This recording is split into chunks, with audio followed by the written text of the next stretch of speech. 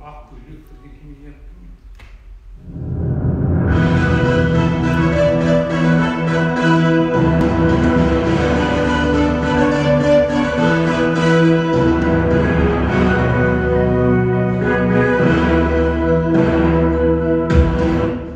Қайырлы күн, құрметті ұстаздар мен студенттер.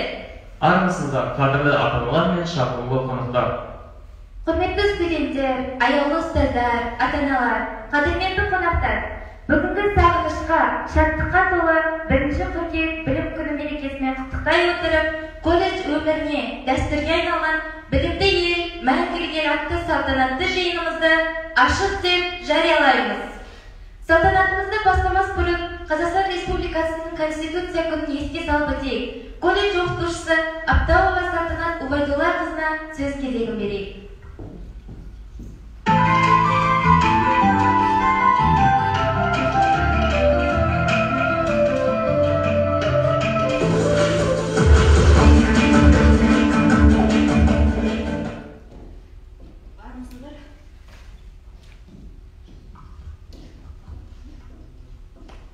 Армысыздар, қазақстандықтар. Биыл Қазақстан халқы үшін аса маңызды мерейлі мерекелер жылы. Оның бірі әлемнің екінші ұстазы атанған Әбу-Насыр әл-Фарабидің 1150 жылдығы болса, келесі атаулы мереке ұлы ақын және ойшыл қазақ халқының ұлы Абай Құнанбаевтың туғанына 175 жыл. Және де Қазақстанды демократиялық, зайырлы, құқықтық және әлеуметтік мемлекет ретінде бекіткен ата заңға 25 жыл толып отыр. Иә, 30 тамыз Қазақстан Республикасының Конституциясы күні.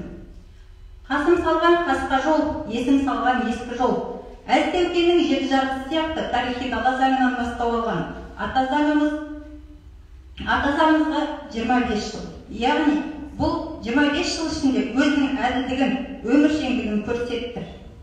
Қазақстан Республикасының Конституциясы мемлекетіміздің іргесін нығайтудағы қарышты қадамдардың қалыптасуы мен жаңа жүйенің орнығуына саясат сахнасында Қазақстан Республикасының қанат жаю жолындағы бірден-бір бастаушы заң. Серпінді сенім, әділет жолын көрсетер мемлекетіміздің ата заңы, айшықты құжаты. Ұлттық болмысымызды бейнелеген заңды қағидалар мен өркениеттік заң ережелерді жастардың бойларына сіңіру және ата заңымызды құрметтеуге, сыйлауға тәрбиелеу. Ата-бабамыз аңсаған тәуелсіздікке қол жетіп, егемендігіміздің еңсесі нығайып, көп ұлтты Қазақстанымыз көркейіп, ел экономикасы өсіп өркендеп, халқымыздың әл-ауқаты артып, дамудың жаңғырық болып, даму жолын таңдады. Қыруар қайратты, еңселі еңбекті қажет етер күрделі де қиын өткелдерінен өтіп, алуан асуларды биік белестерді бағындырды. Конституция мемлекетіміздің тарихи дамуының негізі ретінде ғана емес. Ол барлық заңдардың бастауы болып табылады. Конституция адамның жеке бас бостандығы, жеке өміріндегі құндылығы, сондай-ақ билік тармақтарының қоғамдағы рөлі айқын тұжырымдалған. Сонымен Қазақстан Республикасының Конституциясы елдің басты саяси құқықтық құжаты. Заңға бағыну тәртіп, ал тәртіп бар жерде тәрбие, тиянақтылық сияқты адамға тән қасиеттер бар. Сол қасиеттер қоғам дамуына негіз болады. Өз отанын танып, сүю, оның заңдарына бағыну, бұл әр адамның азаматтық жауапкершілігін сезінуі, өз елінің алдындағы азаматтық борышын орындауы. Осы тұрғыдан ойымызды елбасының өз сөзімен аяқтасақ, Конституцияны қатаң ұстану бұл мемлекеттіліктің табысты дамуының және қоғамдағы азаматтық келісімінің негізі. Ол бойынша өмір сүру, бұл демократияның ең жоғарғы мектебі. Бұл мектептен барлығымыз өтуге тиіспіз. Біздің міндет Конституцияға аса ұқыптылықпен қарау. Өзіміздің елімізді, өзіміздің тарихымызды, өзіміздің жетістіктерімізді қалай құрметтесек, оны да солай аялауымыз керек. Иә, ендеше әрбір азамат бейбіт елдің алтын арқауы, ата заңымыздың талаптарын бұлжытпай орындаса, алар асуымыз әр кезде биік, мәңгілік елдің тұғыры бекем, шаңырағы берекелі болары сөзсіз.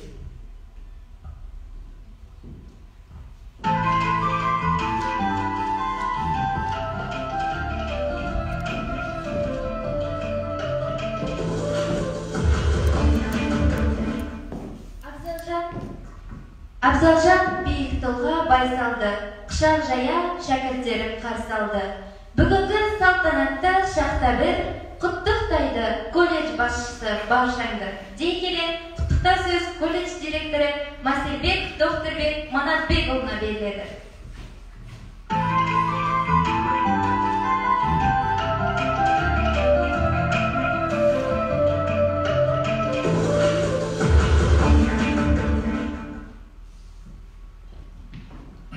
Құрметті оқытушылар, қадірменді білімгерлер және ата-аналар, бүгін Қаратау құрылыс техникалық колледжінің тарихында тағы да бір жаңа беттер ашылып жазылуда. Оқу орны өзінің 57-ші жаңа оқу жылын басталғалы отыр. Қадірменді бүгінгі осы салтанатты жиынды бөлісіп отырған әлеуметтік желідегі біздің оқытушылар, қызметкерлер, білімгерлер, сіздерді 1 қыркүйек білім күнімен және жаңа оқу жылының басталуымен шын жүректен құттықтаймын. Биылғы жыл еліміз үшін, жалпы қоғам үшін ерекше жыл. Жаһанды шарлаған коронавирустық инфекция бүгінгі таңда адам өмірі мен тіршілігіне өзінің өзгерістерін әкеліп отыр. Осыған байланысты, осы инфекцияның алдын алуға байланысты оқу жылында, жаңа оқу жылында оқу процесі қашықтан оқыту технологиясы бойынша ұйымдастырылмақ. Сондықтан, құрметті әріптестер, дегенмен осыған байланысты және адам өміріндегі тіршіліктер орында тұрмайды, алдымызға қойған үлкен мақсаттарға жету үшін бүгінгі күні тиісті шаралар қабылданып іске асырылуда. Қазақстан Республикасы үшін 2020 жыл үлкен қуанышты ерекше жылдар. Себебі биылғы жылы біз Абай жылы деп отырмыз.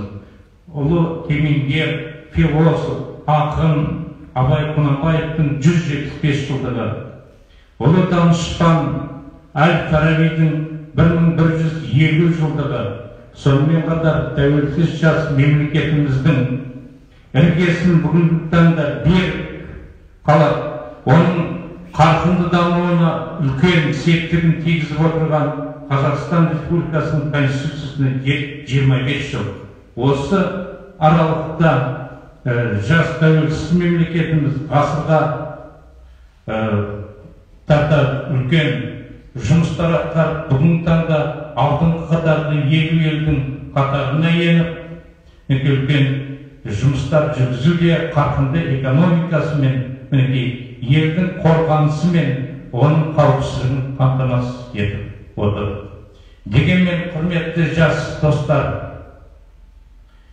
тәрбие тал бесіктен де бекер айтпаған, ұлы Әл-Фараби өзіміздің адамға ең бірінші кезекте тәрбие беру керек, тәрбиеден кейін білім беру керек. Себебі тәрбиесіз берілген білім қоғамның қиратшысы деп бекер айтпаған.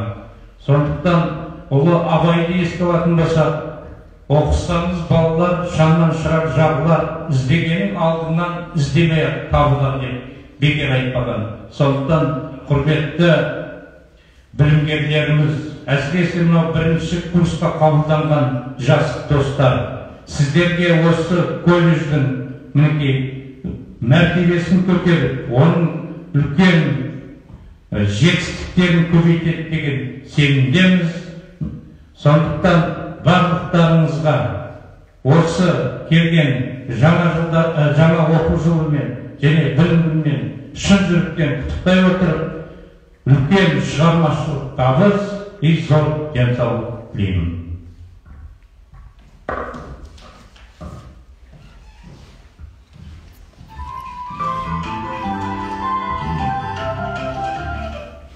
көңілге нар шықсайын сыңғырлаған, көңілге шаттық сезім қондырады, шымырлап шыққан кезде шырқау көкке елітіп тұла бойын балдыраған дегендей, бүгінгі студенттердің құрметіне 3-ші курс студенті Томан Амырдың орындауындағы тамаша әнді қабыл алыңыздар. Қазағымсың әніне.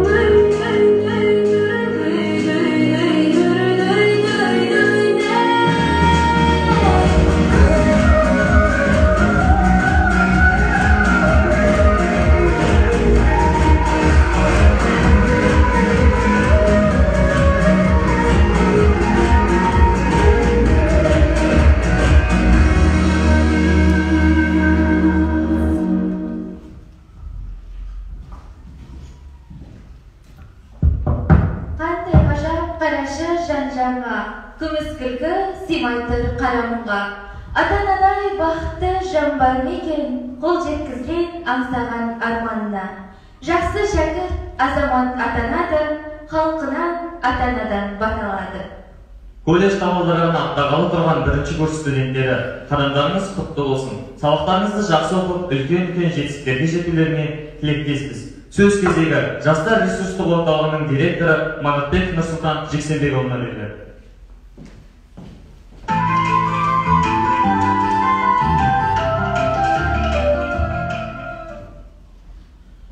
Құрметті ұлағатты ұстаздар, қадірлі білімгерлер және де ардақты аяулы ата-аналар, барлықтарыңызды әуелі кеше өткен айбарлы ата заңыңыз мерекесімен шын жүректен құттықтаймын.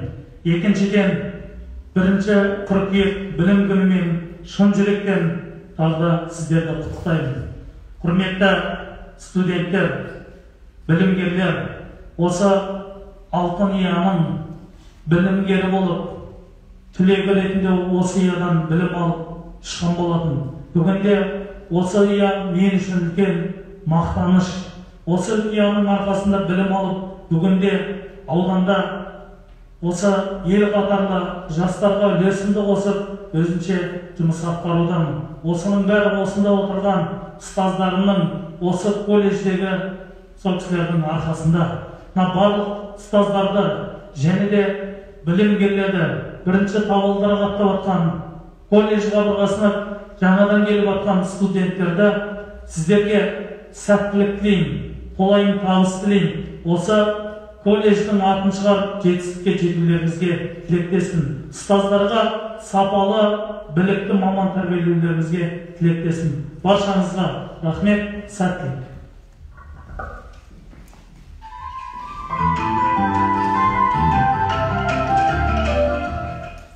Қарсаңыздар ортада өзбек биі орындайтын колледжіміздің арулары.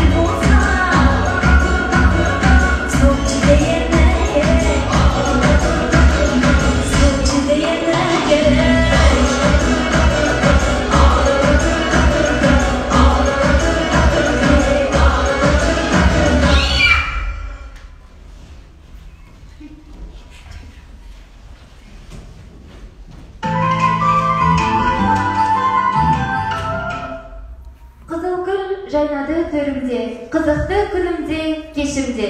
Алғашқы қоңырау дауысы қалады мәңгілік есімде. Соғылсын қоңырау соғылсын, сыңғырла мәңгілік сыңғырла. Толқыған жүректер тоғысып, толтырып бір арна, бір жырға. Шаттықтың үніндей мәңгілік, соғылсын, қоңырау соғылсын. Қуаныш әліндей жаңғырып, жүректер аңғырға соғылсын. Білімнің гүл шағы ашылсын, терумен оқып жүрегім, бақытқа бізді шақырсын, қоңырау дауысы жыр екен. Құрметті қауым, бүгінгі білім күніне арналған білімді ел атты салтанатты жиынымызды жабық деп жариялаймыз. Биылғы оқу жылы сәтті болып, келесі оқу жылының алғашқы қоңырауына дейін күн нұрлы болсын ағайын.